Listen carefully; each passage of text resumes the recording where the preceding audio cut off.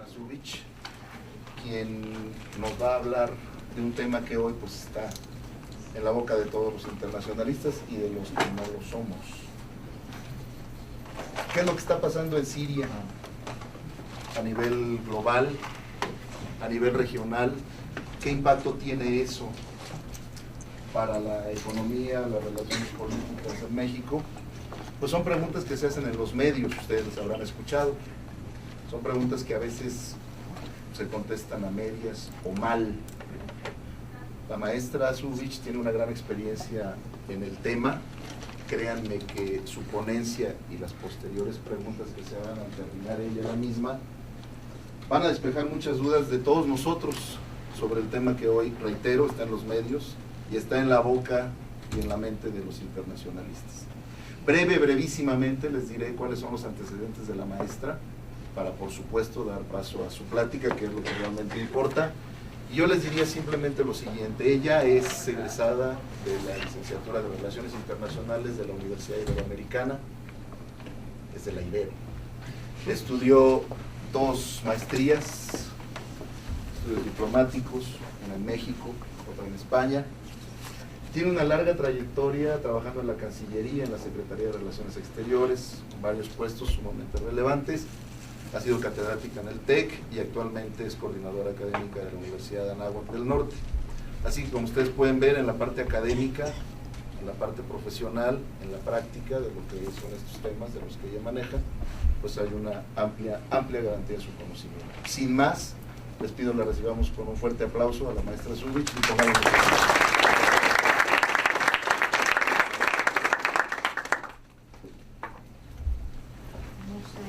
Me gustaría no usar el micrófono, no sé si me escuchan. Primero agradecer a la universidad por la invitación, muchas gracias.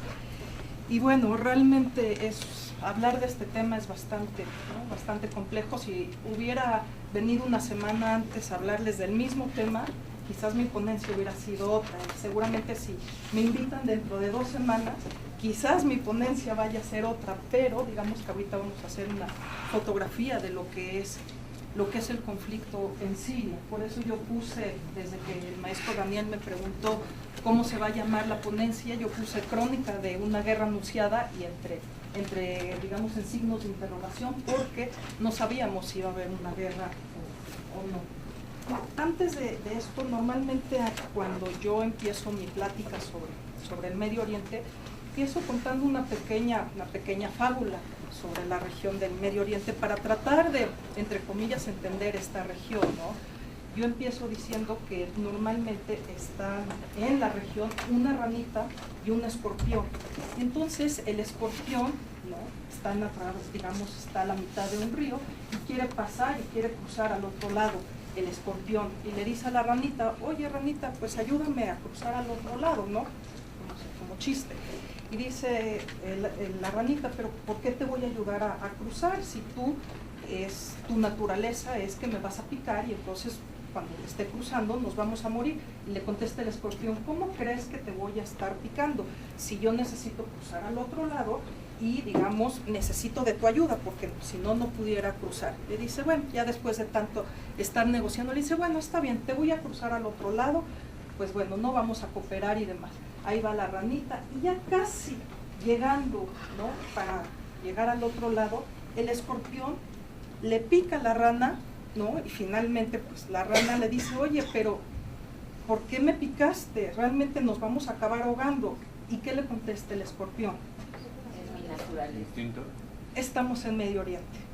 Entonces, no, realmente es para tratar de entender un poco la región con esta breve historia o fábula, pero realmente, ¿esto qué quiere decir? Que la región de Medio Oriente la política de Medio Oriente es total y absolutamente, no podemos nunca saber qué es lo que va a pasar, ¿no?, en esta región.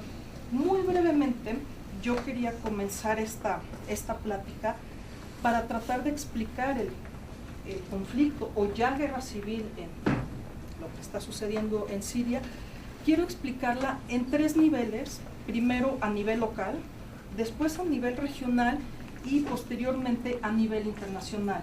Y estos tres niveles se van a relacionar entre sí, pero creo que en términos de explicación es más esquemático tratar de explicar este conflicto a estos tres niveles. Muy brevemente, ¿cuál es la introducción de este conflicto? ¿No? Digo, este es un académico de las relaciones internacionales. Él dice que en general en la zona, o por qué empieza, entre comillas, la famosa primavera árabe, que es una narrativa que la verdad lo inventaron los medios de comunicación. Yo les pregunto a ustedes, ¿alguien sabe cuándo inició la famosa primavera árabe? Que no tiene nada ni de primavera y un poco de árabe. Teóricamente en diciembre del 2010. Teóricamente, exactamente. Yo les pregunto a ustedes, ¿en diciembre estamos en primavera? No. Entonces debería de llamarse Invierno árabe. Invierno árabe, pero como que en términos, digamos, en términos mediáticos no queda bien. ¿Por qué le pusieron primavera? Para hacer una referencia a la primavera del 89, cuando se estaba colapsando todo el bloque disque socialista.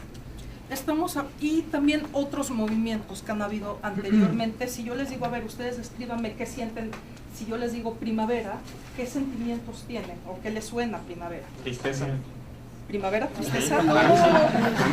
A ti, bueno, ¿cuál es tu nombre? Bernardo. Bernardo, fuera de Bernardo, ¿alguien más? La alegría, obviamente, es el cambio de clima, de lo deprimente.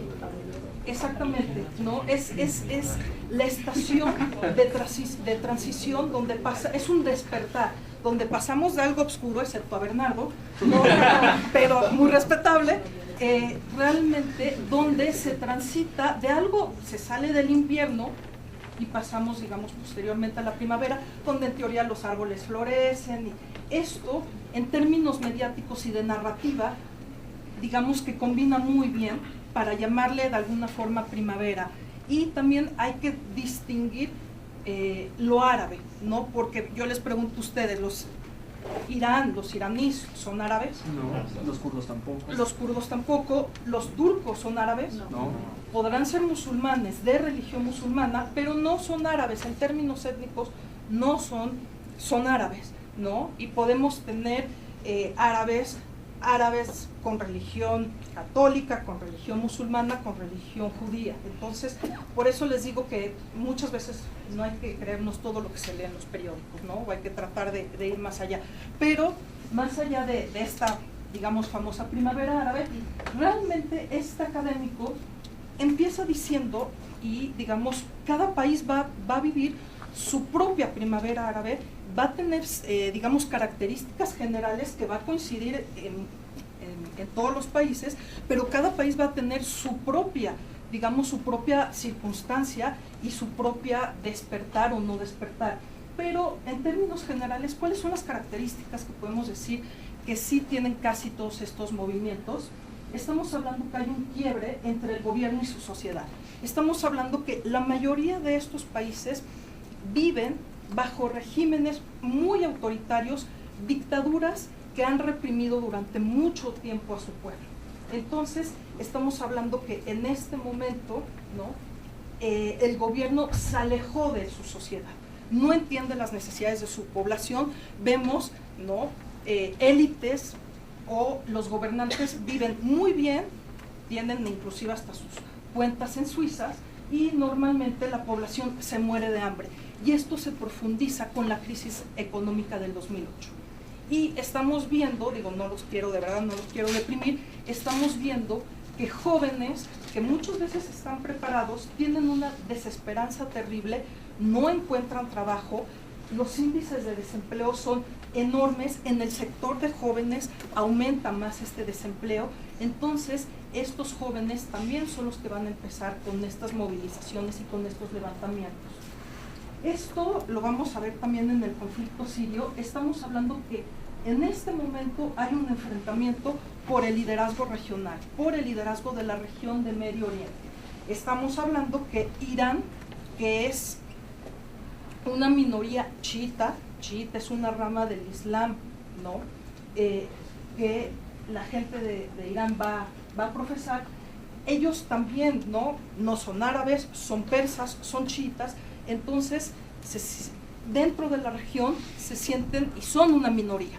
Entonces ellos realmente, digamos, reaccionan ante esto y quieren tener más presencia y están rodeados, ¿no?, de una mayoría sunita. Entonces ellos también están reaccionando ante estos, quieren tener mayor presencia en la región, sobre todo con quién tienen estas confrontaciones, con países del Golfo Pérsico, principalmente con Arabia Saudita. Vamos a ver ahorita el papel que también está jugando Qatar en este conflicto. Entonces hay una lucha de liderazgo que también aquí entra Turquía. Estamos hablando que Turquía, bueno, a lo mejor la Unión Europea les está haciendo el fuchi, llevan esperando varios años, décadas en entrar a la Unión Europea. Entonces el primer ministro turco dice, bueno, realmente volteo a la región de Medio Oriente y ahí quiero incidir. Entonces van a ver, ¿no?, estos enfrentamientos por este liderazgo en la región. Se va a formar un bloque o un eje liderado por Irán, y también vamos a tener, ¿no?, a Turquía, los países de Arabia Saudita, porque tienen miedo de lo que pueda llegar a pasar o, digamos, o por las ambiciones que tiene Irán. Como ustedes sabrán, Irán ahorita no tiene ambiciones de tener un programa nuclear. Irán dice que es para fines pacíficos y hay ciertas dudas si realmente este programa de energía nuclear es para fines pacíficos, ¿no? Y por eso están brincando estos países para reaccionar frente a Irán. Después tenemos una profundización de esta división de las ramas, de las diferentes ramas del Islam, que es la rama chiita y la rama sunita, ¿no? Los chiitas principalmente están en Irán. La mayoría de los demás países de la región son sunitas, y ahorita vamos a ver muchos combatientes en Siria van a ser sunitas. Y después, pues bueno, también el papel que ha jugado ahorita el Islam político para construir, ¿no?, identidades en los estados árabes, y las reacciones que va a haber entre los grupos musulmanes y no musulmanes.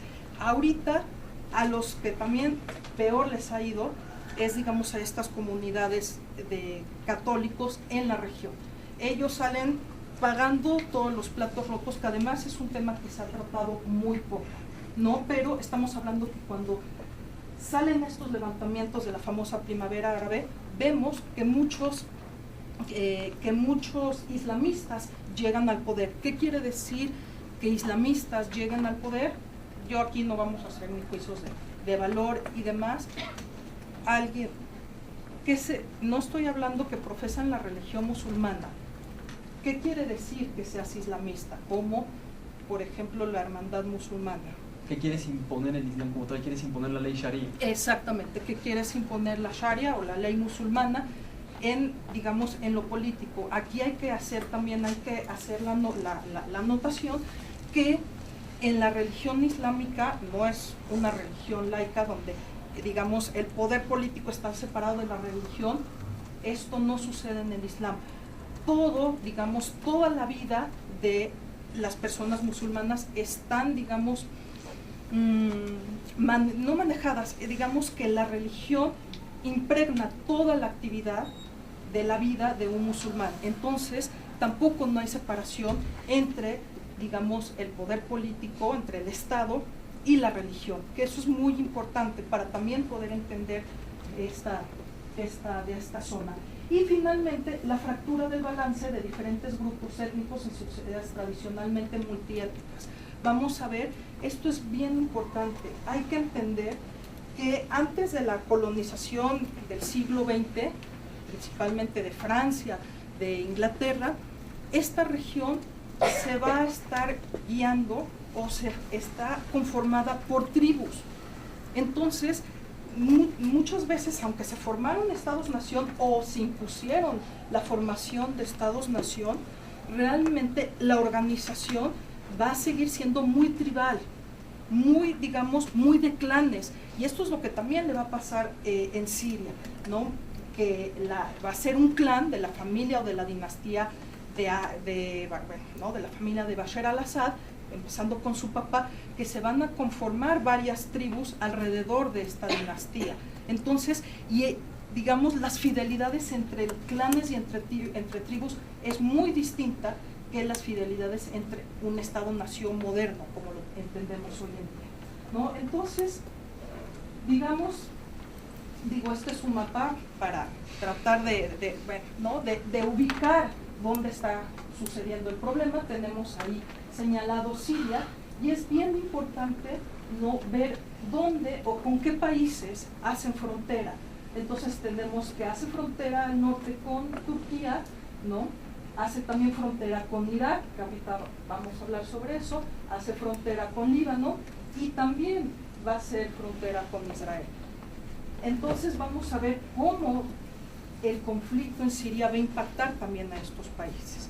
Entonces, como ya lo había dicho su compañero Bernardo, estamos hablando que la primavera árabe empieza en diciembre de 2010. Hay algunos autores que dicen que incluso empezó antes, con algunas movilizaciones, aunque ustedes no lo crean, en Irán, por las elecciones del 2009, que muchos ciudadanos iraníes dijeron que fueron fraudulentas, pero bueno, pues, en aquel entonces el presidente las apagó de forma no inmediata. Pero, ¿qué fue lo que desencadena la primavera árabe en el 2010? ¿La cuestión de Túnez? La cuestión de Túnez, ¿no? Estamos hablando, en general, estamos hablando que son dictaduras muy autoritarias, muy corruptas, y digamos que a un pobre joven ambulante que no tiene que mantener a su familia, ¿no?, le quitan las autoridades, la policía local de Túnez, le quitan su puesto de ambulante que vendía frutas, él ya había pedido permiso, etcétera. El caso es que acusa a las autoridades de corrupción, y en este disgusto se prende fuego, ¿no?, se echa gasolina y se prende fuego delante de las autoridades. Entonces, así es cuando empieza este levantamiento, que tiene un contagio, ¿no?, en la región, que empieza en Túnez. Miles de jóvenes empiezan a salir a manifestarse. Hay que también tratar de dimensionar cuál es el papel que jugaron las redes sociales, porque en Túnez sí hay este contacto de redes sociales, pero yo les preguntaría a ustedes, ¿creen que en Siria, un país tan autoritario, hay datos que dicen que en Siria el uso de internet es de un porcentaje muy bajo? Entonces, no podemos generalizar.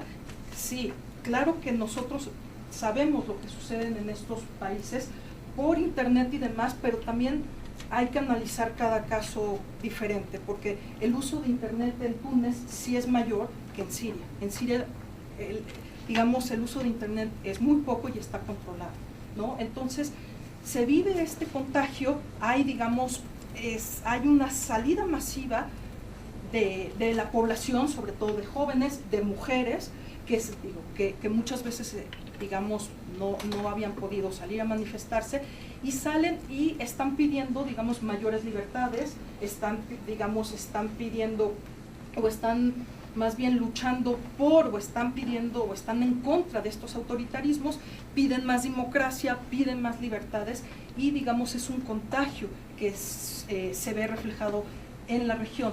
¿Por qué salen los sirios? Pues dicen, bueno, si pasó en Túnez y quitaron al dictador Ben Ali, pues bueno, después se dio en Egipto, quitaron a Mubarak, ¿por qué? Y después también se da un contagio en Libia, ¿por qué entonces no podemos quitar a Bashar al-Assad y a su familia? Que les digo, ¿no? Su familia ya llevaba gobernando Siria desde 1971.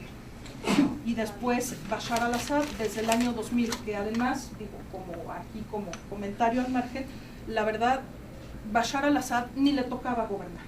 Se muere el primer hijo del presidente, del papá de Bashar al-Assad, y Bashar al-Assad estaba feliz estudiando en Inglaterra odontología, ¿no?, donde ni siquiera estaba preparado, ¿no?, realmente aquí con su actual esposa, felices, contentos, y realmente en el momento en que se muere el primer hijo, pues lo manda a traer el presidente y le dice, pues ni modo, ¿no?, te toca a ti ser presidente. Entonces, pues, realmente ni siquiera había una preparación como tal, y pues, en el año 2000 es cuando sube Bashar al-Assad a ser presidente de Siria. Estamos hablando que esta dinastía es de los dictadores más autoritarios que están en esta región.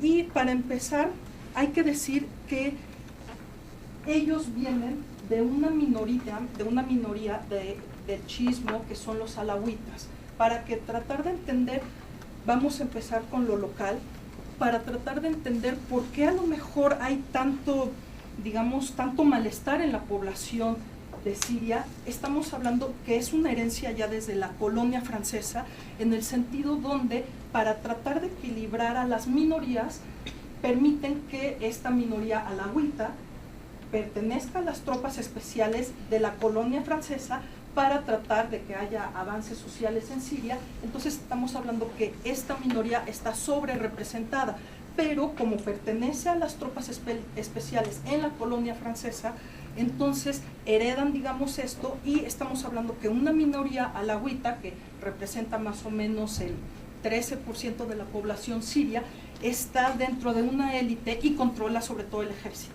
que esto es bien importante, ¿no? Entonces tenemos una minoría alawita, una rama del chiismo, que controla a una mayoría sunita, y además la controla de una forma muy, muy autoritaria. Esto, les enseño, esta es la composición étnica. Siria es un país multiétnico, esta es una, digamos, una gráfica de cómo está compuesto Siria, y por eso les decía, es una población de aproximadamente 22 millones, donde la mayoría son árabes, donde sí la mayoría también son musulmanes, pero estamos hablando que los alawitas, lo que les decía, representan un 12-13%, un 10% son cristianos, tenemos 9% que también es de población kurda, el 65-70% son árabes, los sunitas son 74-75%, entonces tenemos un dato que un 12%, que es la que gobierna, domina al 75% de la población. Hay que aquí aclarar que cuando la dinastía al-Assad gobierna Siria, son laicos, no, digamos, no son islamistas, es un estado laico, por eso es que logran el apoyo de minorías católicas, de una población drusa. Entonces realmente hay que entender, digamos, un poco eso. Entonces, en el momento en que, más o menos en marzo del 2011, que Siria se contagia por estos levantamientos y manifestaciones de poblaciones en otros países, tenemos que ¿cuál es la respuesta de Bashar al-Assad? Pues lo reprime violentamente. De verdad es una represión exagerada, atroz y muy bárbara. Se dice, ¿no?, que en un poblado incluso llegó, ¿no?, por unos grafitis que estaban haciendo unos adolescentes, bueno, a los pobres muchachos, ¿no?, se los llevaron, los torturaron, en fin, ¿no? Entonces, por este tipo de cosas, la población se enoja más y sale a manifestarse. Y entonces, como hay signos de tortura y de represión bárbara, ¿cuál es la reacción incluso de gente del gobierno de Bashar al-Assad? Empiezan a renunciar. Tenemos gente que pertenece al partido oficial de Siria, el partido Baas, que dice, yo no puedo estar del mismo lado de un represor como Bashar al-Assad y me niego a torturar a mi población. Entonces tenemos que hay gente que renuncia al partido oficial y además tenemos desertores de la policía y del ejército. Entonces estamos hablando que gente que originalmente le es fiel o leal a Bashar al-Assad se retira y se pasa del lado de la oposición. ¿Y qué es lo que pasa? Como una reacción natural. Cuando hay esta reacción tan represiva y, digamos, de tortura, etcétera, porque de verdad Bashar al-Assad se va con todo contra su población civil, entonces estamos viendo que en un primer momento la oposición se va radicalizando. Se va radicalizando y empiezan a tomar las armas, y estamos hablando que altos generales del ejército sirio empiezan a desertar y también se arman. Entonces, en estos enfrentamientos entre el gobierno, aquí es cuando se empiezan a formar, por así decir, dos bandos, tenemos un enfrentamiento del régimen de Bashar al-Assad con, digamos, con la oposición, que además se empiezan a formar muchas milicias y muchos grupos armados opositores, pero que son muy diferentes entre sí, que quieren el futuro de Siria, lo ven muy distinto, que tienen diferentes ideologías, sobre todo religiosas, políticas, étnicas, y que quieren de Siria otra cosa. ¿Cuál es, digamos, qué es el único objetivo que comparten estos grupos opositores? Derrocar a Bashar al-Assad. Es lo único que los va a unir. Entonces, sí hay que dejar muy en claro que no podemos hablar de la oposición siria como un cuerpo homogéneo y que todos, lo único que, digamos, lo único que van a tener igual es que quieren quitar a Bashar al-Assad.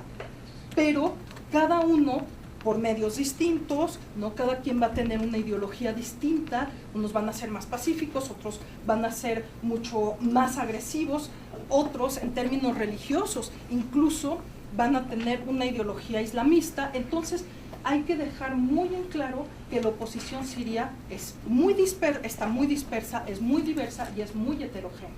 Entonces aquí hay que hacer esa aclaración. Porque hay veces que se dice, la prensa o muchas voces dicen, bueno, es que la oposición está ligada a Al-Qaeda. Parte de la oposición, sí, parte. Algunos, hay que decir que dentro de este grupo, ahorita les doy algunos nombres, dentro de algunos grupos que conforman la oposición siria, se dicen que son islamistas y que tienen nexos con Al-Qaeda, pero también volvemos aquí a hacer una precisión. Si tienen nexos con Al-Qaeda, son nexos más ideológicos, y no es que Al-Qaeda los esté financiando, les esté dando armas, porque también la misma organización de Al-Qaeda, desde que salieron los atentados del 11 de septiembre del 2001, ha cambiado. Y bueno, Estados Unidos entró en Afganistán, digamos que también este grupo terrorista ya no es lo que era. Pero, ¿qué es lo que pasa? Si tengo la etiqueta, es como, pues Al-Qaeda es una etiqueta, es un producto. Yo digo que soy de Al-Qaeda y el impacto que genero, ¿no? Entonces, están, digamos, hay milicias que están ligadas a este grupo. Por ejemplo, tenemos, déjenme decirles, ahorita les digo, por ejemplo, tenemos el grupo que se llama el Frente al-Nusra, que ese se autodenomina que sí tiene nexos con Al-Qaeda. Es un grupo que incluso países de Occidente lo están catalogando como un grupo terrorista y, digamos, tiene algunas historias de ataques suicidas. Y utiliza algunas estrategias que también ha utilizado Al-Qaeda, ¿no?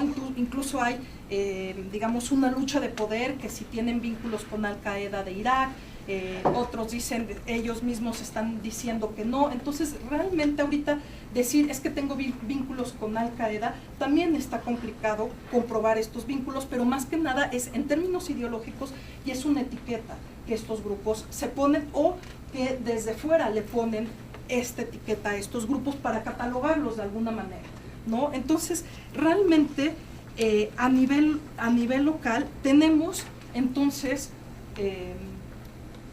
ya empieza, después de tantos meses de enfrentamientos entre el gobierno sirio y, digamos, todos estos grupos opositores, ya empieza una guerra civil. Aunque digan que no, ya empieza una guerra civil. Estamos hablando que Bashar al-Assad trata de controlar la mayoría de los estados que están en la costa para, pues bueno, ¿no? Para mantener, digamos, libre los mares y, digamos, también para que los países que están apoyando al régimen de Bashar al-Assad reciban por barco y demás las armas. Entonces tenemos aquí a nivel local, por así decir, dos bloques.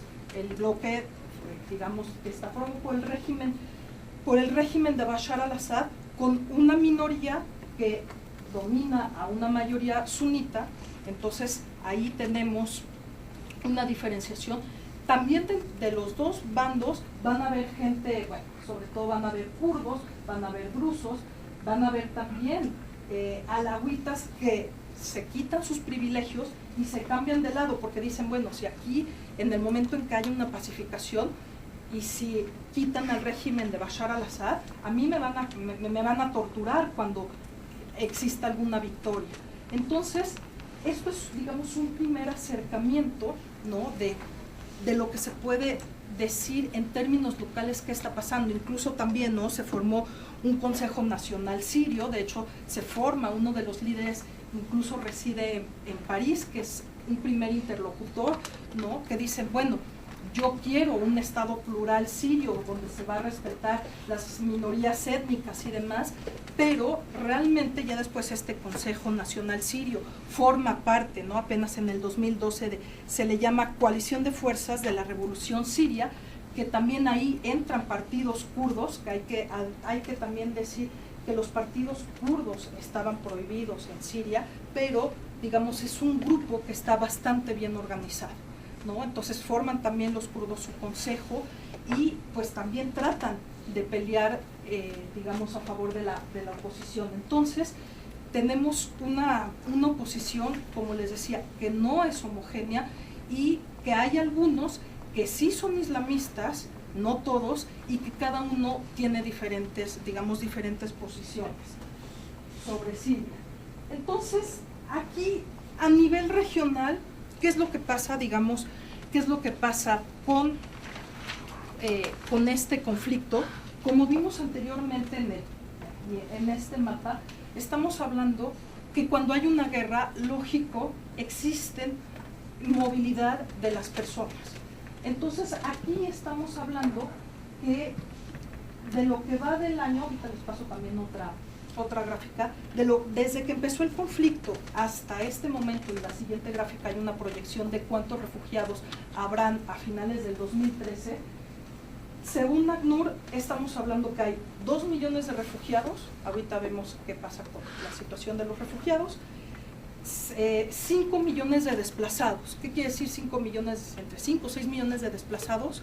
Estamos hablando que 5 millones de personas al interior de Siria, digamos, por la cuestión de la guerra civil y de estos combates y ataques, se están moviendo.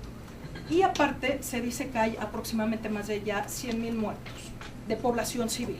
Entonces, en lo que va ya van a ser más o menos 2 años y medio de lo que va de este conflicto. Y en términos regionales, lo que les decía cuando empecé mi plática, tenemos que Irán tiene su bastión en Siria, no lo quiere perder y por eso sigue apoyando al régimen de Bashar al-Assad, porque finalmente también Bashar al-Assad le sigue, digamos, sigue con los intereses también de Irán y es también al ser alawita y a ser una minoría chiita, pues Siria es un lugar donde se proyectan los intereses de Irán como país chiita y entonces a nivel regional Irán es quien le está proveyendo, le está mandando armas, le está mandando combatientes, por eso es que el régimen de Bashar al-Assad no ha caído. A lo mejor si Estados Unidos hubiera intervenido hace 12 o 18 meses, quizás el ataque hubiera, digamos, derrocado a Bashar al-Assad, porque era cuando estaba más débil. Pero estamos hablando que en este momento, ¿no? Principalmente, ahorita también lo vemos, también Siria le está mandando armas a lo que es Siria. Sobre todo también, pero digamos, la alianza entre Rusia y Siria viene desde tiempo atrás, desde la época de la Guerra Fría.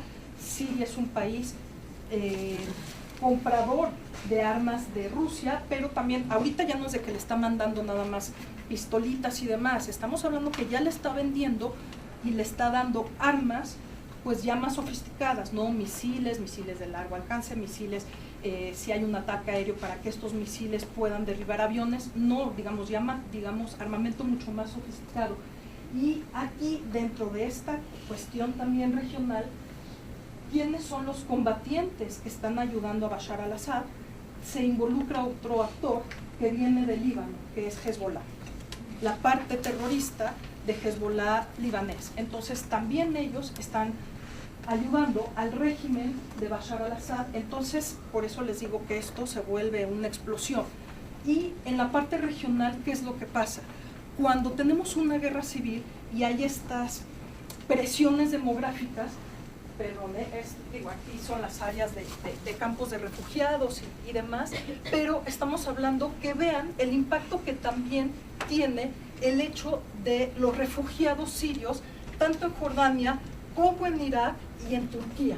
¿Cuáles van a ser las consecuencias de que de repente, ¿no? Ustedes creen que varios países están capacitados de repente para recibir a 100.000, 500, por ejemplo, Jordania, 500.000 personas, Entonces, esto trae consecuencias, sobre todo un impacto demográfico, consecuencias económicas y consecuencias políticas y sociales. En el caso, por ejemplo, de Jordania, el régimen de Jordania es una monarquía muy frágil, muy, muy, muy frágil. Y de repente le llegan 500,000 sirios. ¿Cuáles son las consecuencias que esto va a tener para la monarquía en Jordania? Después, ¿qué otra cosa?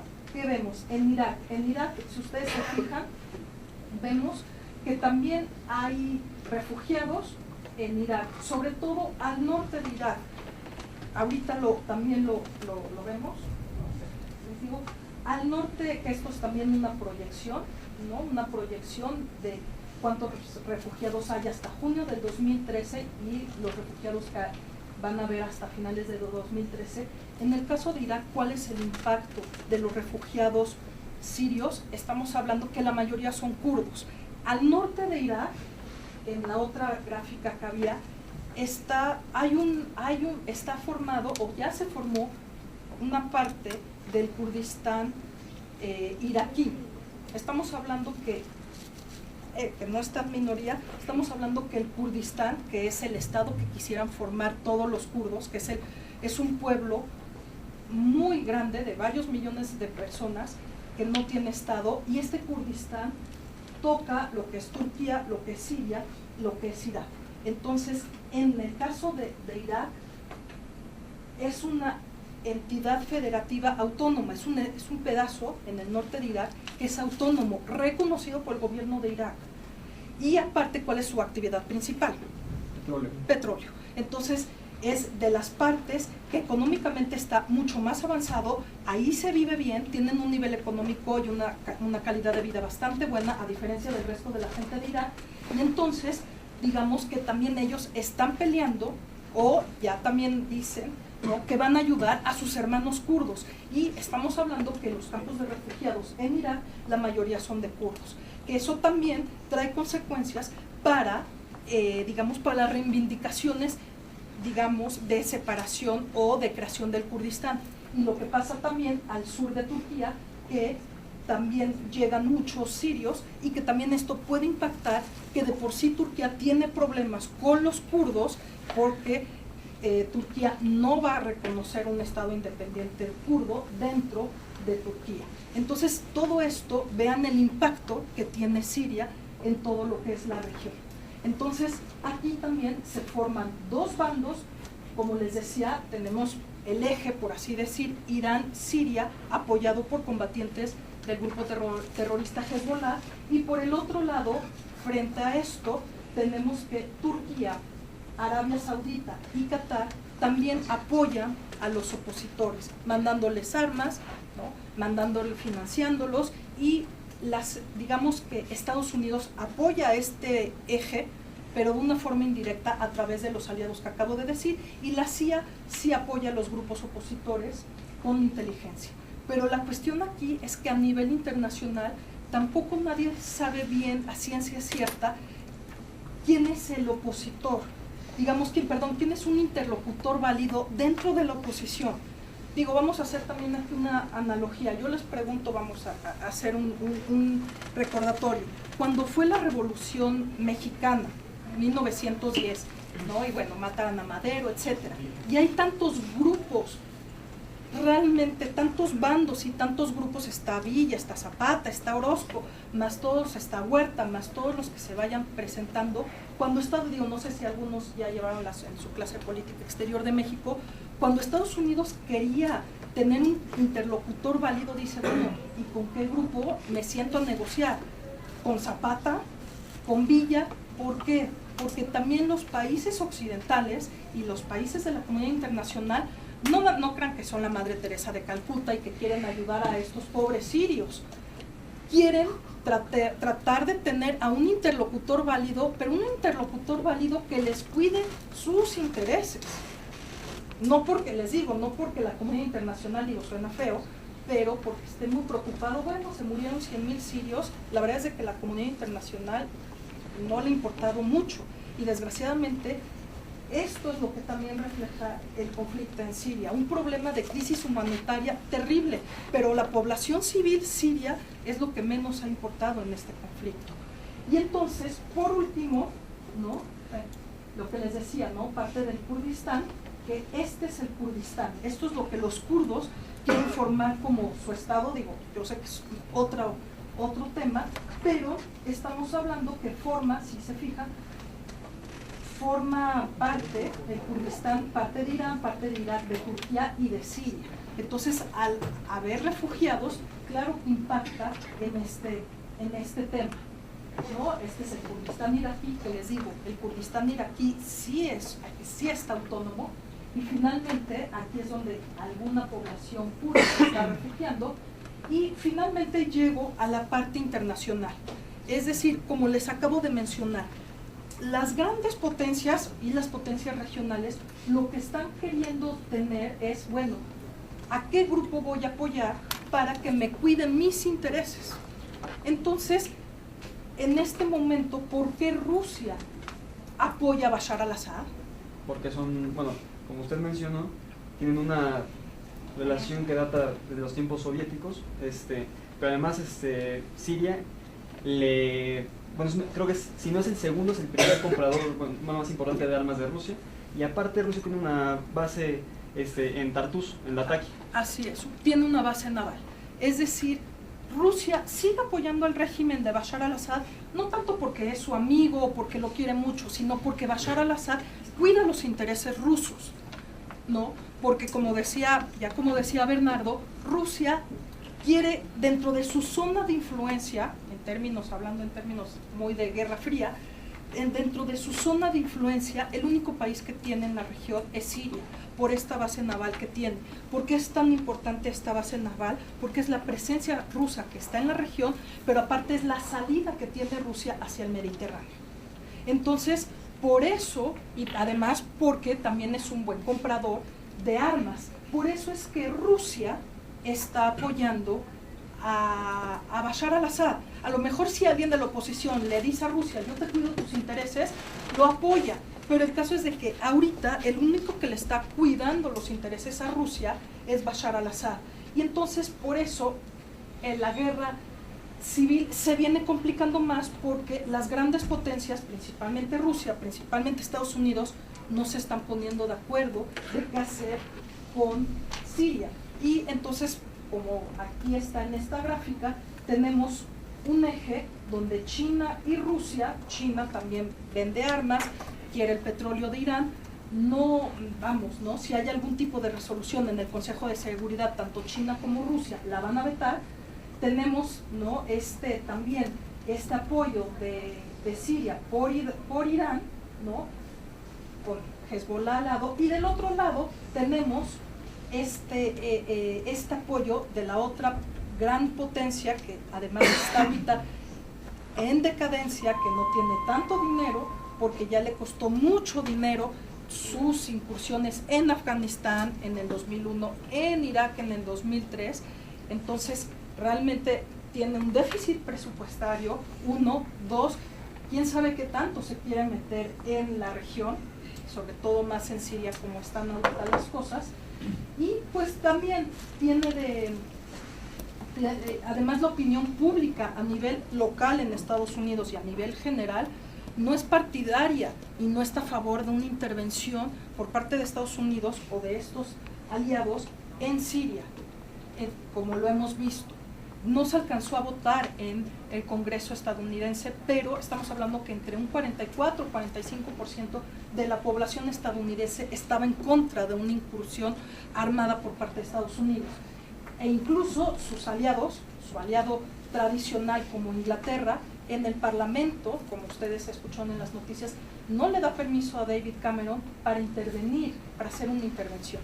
Entonces se le complica más de esta intervención a Estados Unidos, y finalmente Estados Unidos también tiene sus aliados regionales, como ya les dije, ¿no? Que es Arabia Saudita, Qatar y lo que es Turquía. Y del lado regional tenemos también ahí a Israel, que al final del día también hace frontera con Siria, no le llegan refugiados sirios, pero que también está muy pendiente de lo que pasa en la guerra con Siria, porque, digamos, todo lo que Israel tenga, digamos, la amenaza que atenta contra su seguridad, se va a poner a la defensiva. Si Israel empieza, y sus informes de seguridad, de inteligencia, empiezan a ver que algunas armas le empiezan a llegar al grupo Hezbollah, Israel va a tomar alguna medida, como ya lo hizo a principios de este año, en el momento en que Israel vio que habían armas o misiles que estaban llegando a Siria.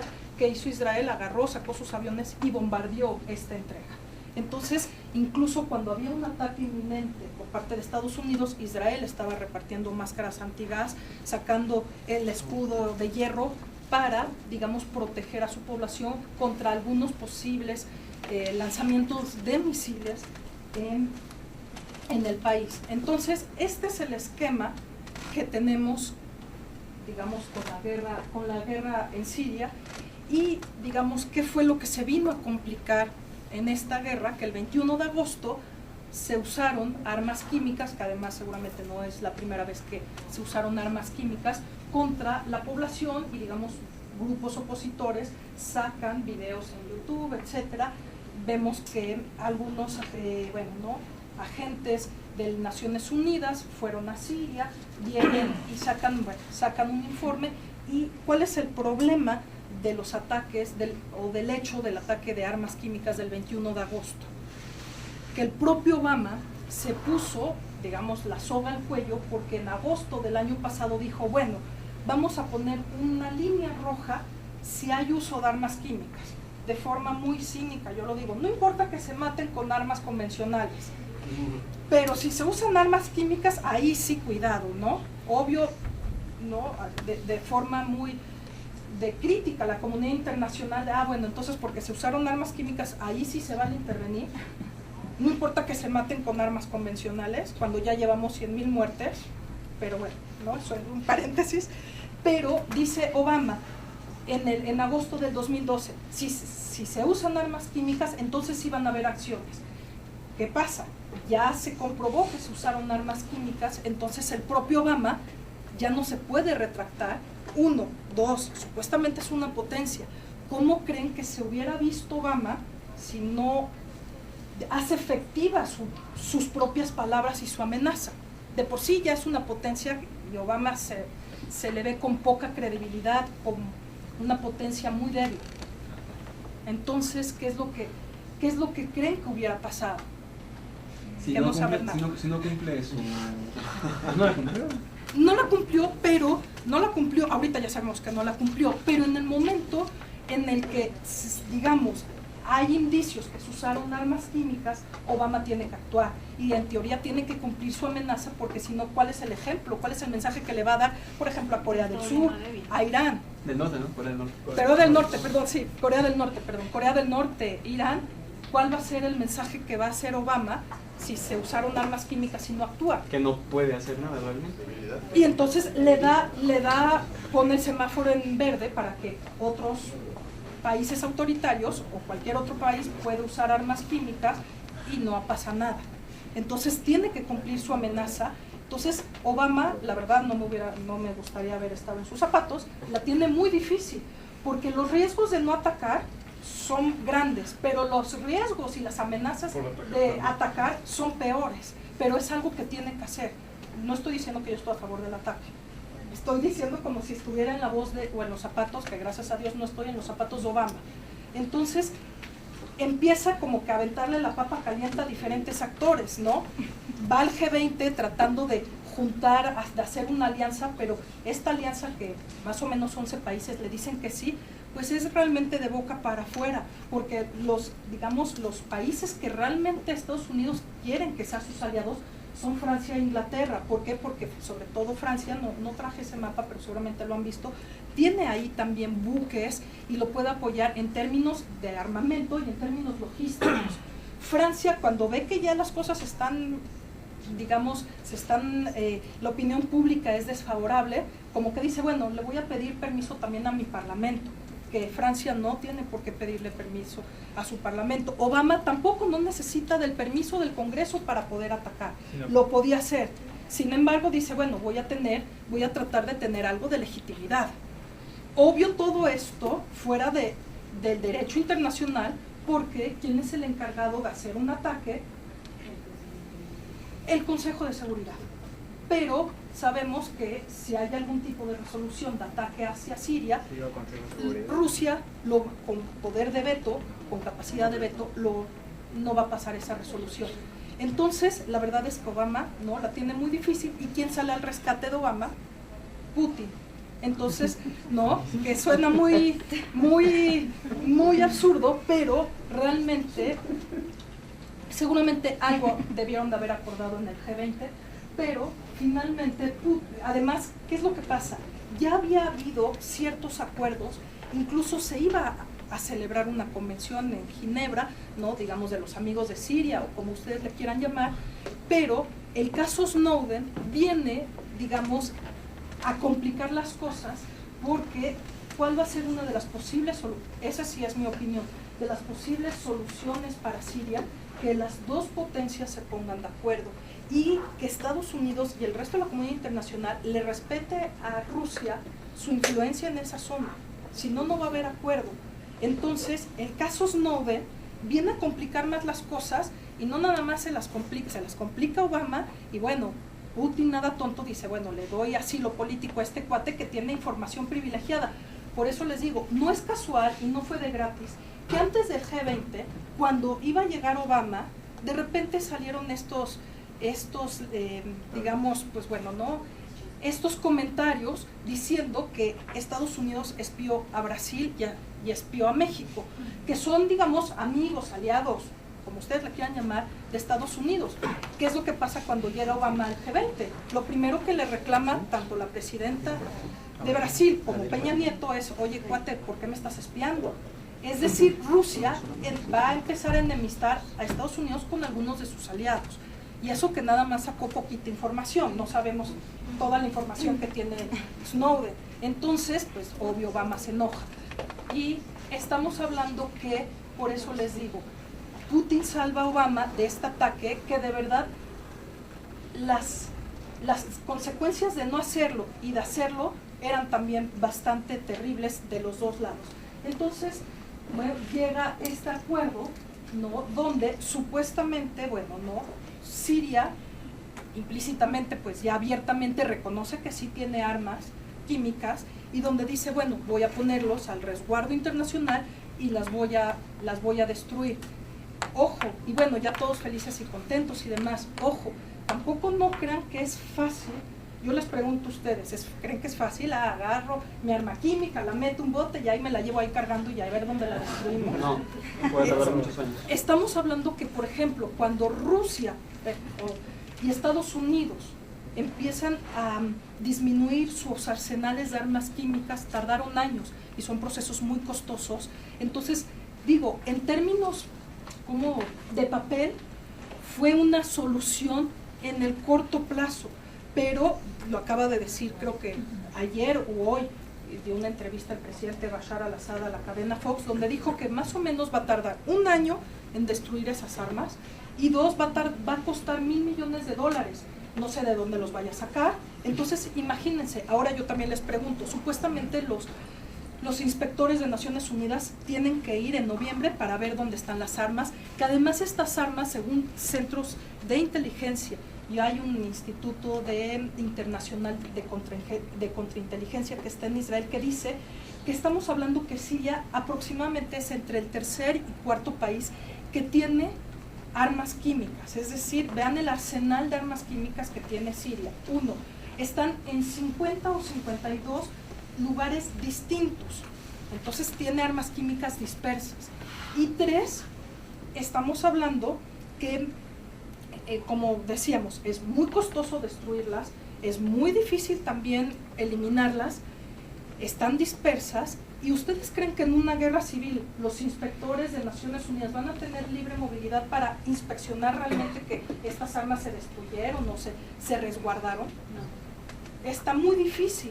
Y aparte, según también informes de inteligencia, se dice que cuando se pactó este acuerdo, empezó a haber movimiento de transportar y de transferir estas armas químicas que estaban pasando a Irak y a lo mejor a grupos terroristas. Y entonces, cuidado porque esa sí es una amenaza.